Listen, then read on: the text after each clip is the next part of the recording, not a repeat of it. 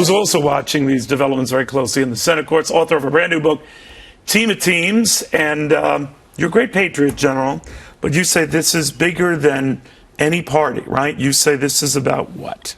Well, I think three things. First, I recognize people's concerns about privacy, but I would say that we're facing a threat now that's living in the 21st century, and we're having a tough time getting our minds around that. ISIS uses terrorist tactics. It also uses some very deft battlefield tactics as well, but it really excels on the internet with all kinds of digital media, and it allows them to get their fear out to people, but also to do recruiting around the world and to franchise their movement. Well, how would any of this stuff, General, deal with that? Well, we've got to be effective in the digital world, and we can't pretend that that's not where they operate effectively. And so we've got to do the balance. We've got to make a decision on where it is. And I think it'll constantly be refined, to be honest, because the digits exist and they're out there.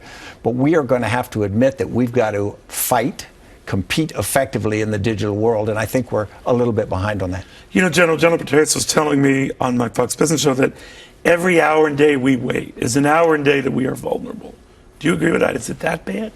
Well, I think that's correct. You know, people around the world are competing with us asymmetrically, the equivalent of garage store startups, but they're also asymmetrically committed to their particular cause. In some cases, it's just to cause damage.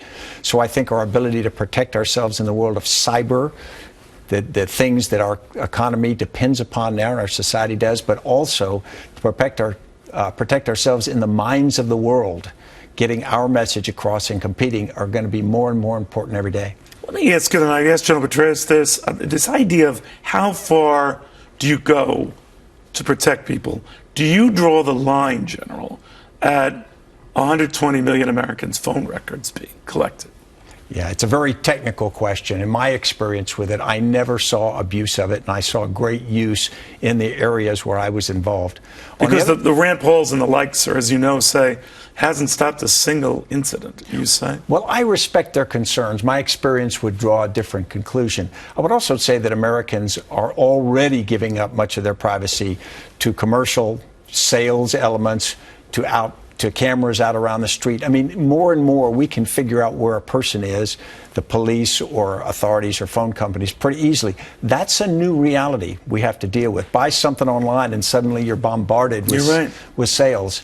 And so we got to get our mind around that. But one of the things we shouldn't do is pretend that we're not in the new age, pretend that the digits aren't out there, pretend that our opponents are not using this very effectively. So when a Senator Rand Paul and some of these others, largely libertarians, argue the point, well, we can protect ourselves and you can have companies still collecting this data. They're just going to need a court order that is the government, to get their hands on it.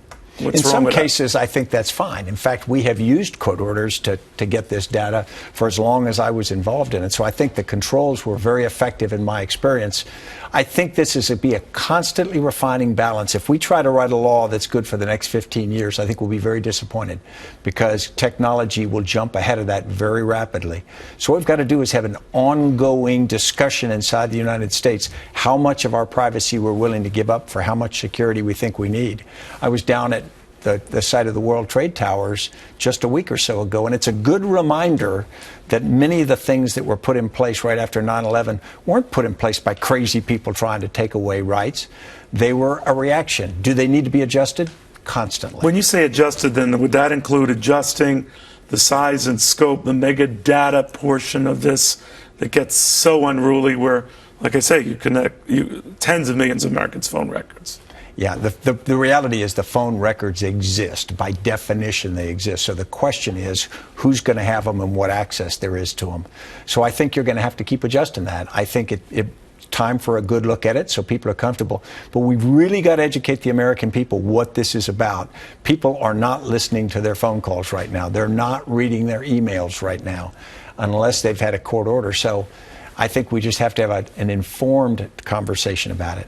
You know, we're negotiating, as you know, General, with the government of Qatar as to these 5 former Gitmo detainees who were part of that Bo Bergdahl swap.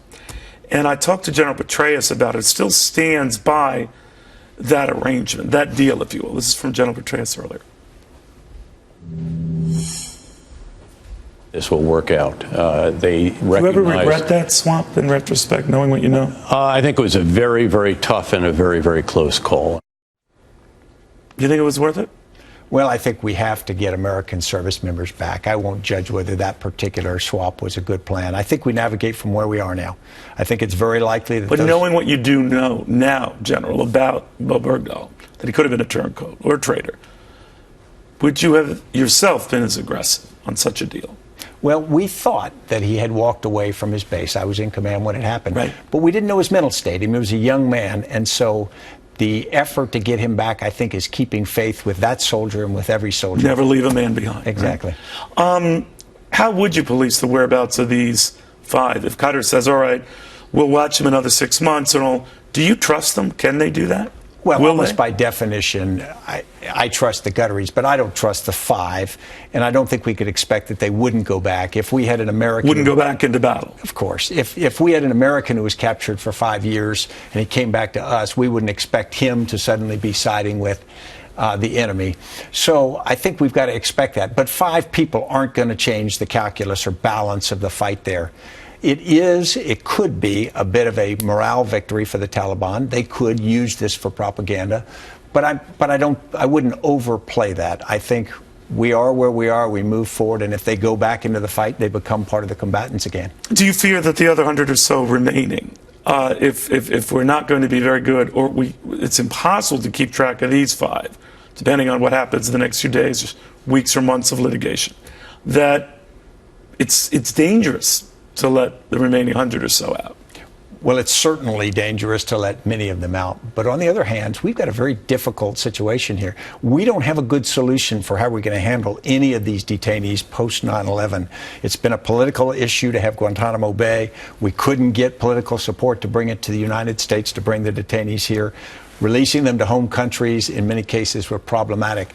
So I think people, if they step back and they look at how difficult this problem is, they suddenly should draw concerns. I think we've got to make a policy decision on how we're going to handle this, because there are going to be situations in the days ahead where we're going to have the ability to capture somebody, and we've got to have a plan on what we do with them. Do you think ISIS or any other country, group that wishes us ill, looked at our division over what to do with the NSA, the Patriot Act, what not or what not to do as far as Gitmo, and they're just enjoying it? Well, I think one of the strengths of America has always been an intense internal debate. But I will tell you, my experience around the region is we are sometimes murky on what's happening in other countries. They are very informed on what happens in the United States and our politics and our debate and whatnot. And I think when we show more division than unity, and we show more fear than resolve, I think we weaken ourselves. And I think in the world We've shown a lot of both. Yeah, I think in the world of foreign policy, I would like to see more unity in the United States. And we can argue about other things, but there are things we should stay focused on together. If Rand Paul were your commander-in-chief, would that be okay? Whoever the American people elect is going to be okay with the military, because you automatically are going to be loyal to whoever serves that position. And you applied that to Barack Obama as well? Absolutely. All right. General, thank you very much. Very good seeing you. Thanks, Neil.